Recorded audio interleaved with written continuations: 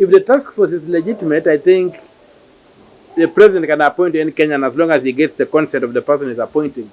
But in this particular case, I think the issue was that the Law Society, the Law Society found that the particular appointment was unconstitutional, and therefore they did not want to validate it, not to be associated with anything that's unconstitutional, because the Auditor General is the one who has been invested with the powers to make these audits.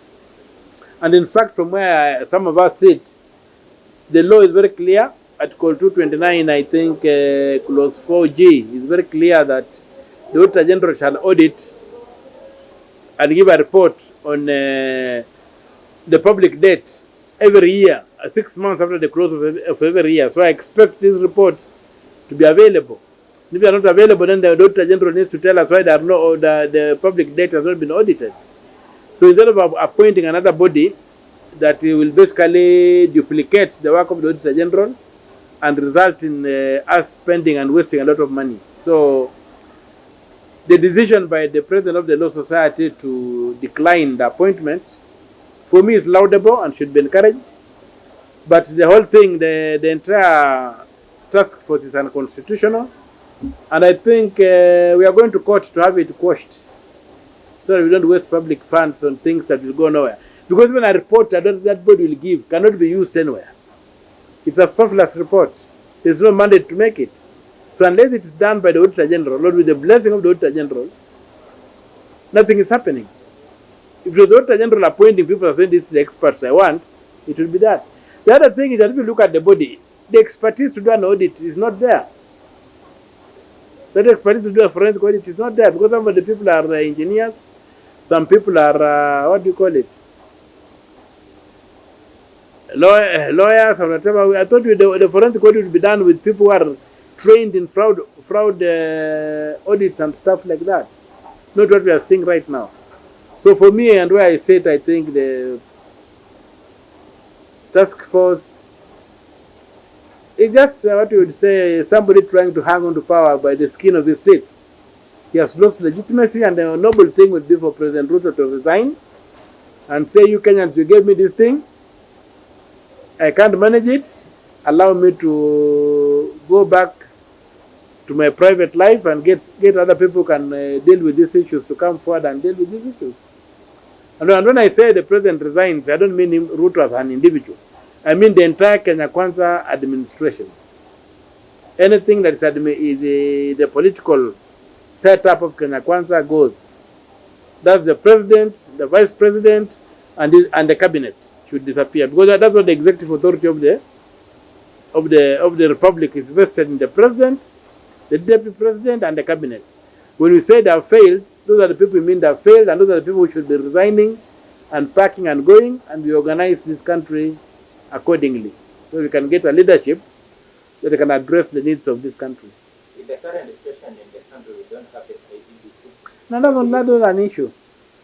As far as I'm concerned, an election for president can be handled right now.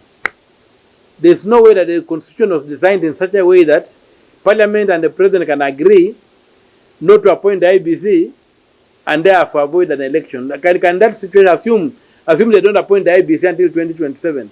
Does that mean that the current president and the current MPs will stay in office until the point they decide to appoint a commission? No.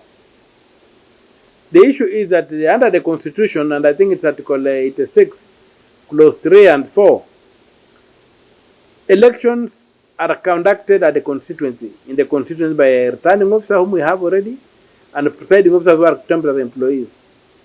You also have an election for president. If you go to Article 138, Clause 2, it says where more than one candidate is clear to run for president, an election shall take place in each one of the constituencies.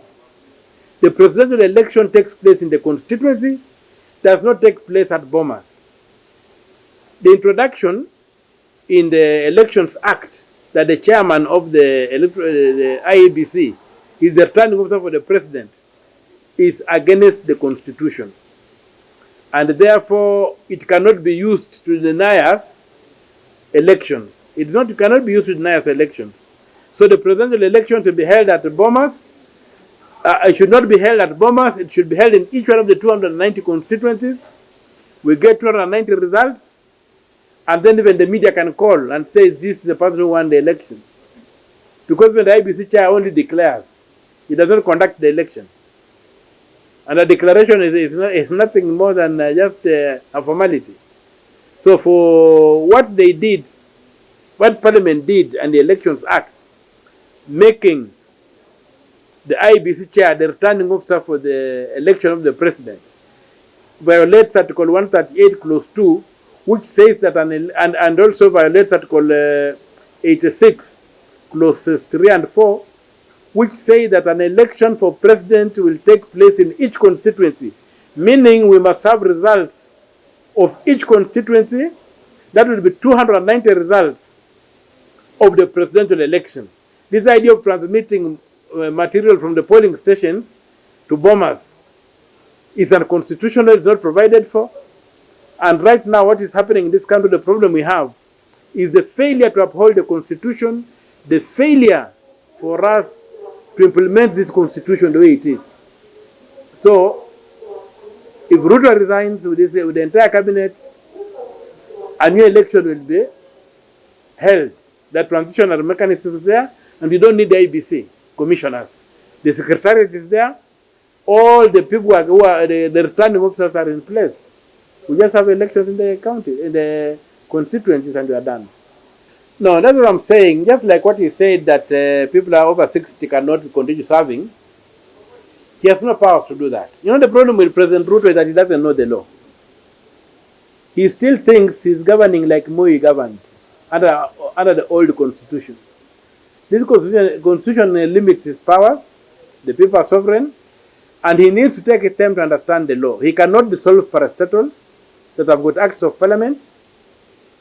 He cannot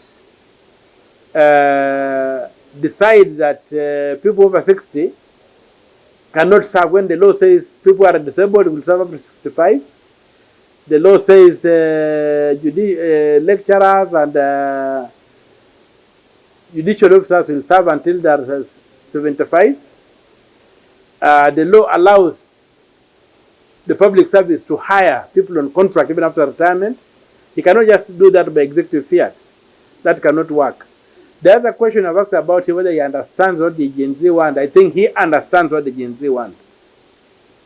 But he's not ready to do what they want. These are two different things. To understand what people want and to do what they want, he's not ready. He's not ready to do what they want. That's why he's tinkering around, trying to play with the edges, trim the edges, to try and do some haircuts here and there. But the Gen Z are saying, your administration has failed. Create room for an administration that can govern this country to take over and to govern better than you can govern. He doesn't understand them. So he thinks that they're asking for formalities or some small things. The Gen Zs are asking for very, very radical change.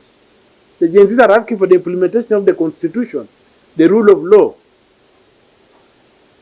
The Gen Z want the punishment of people who have stolen from us.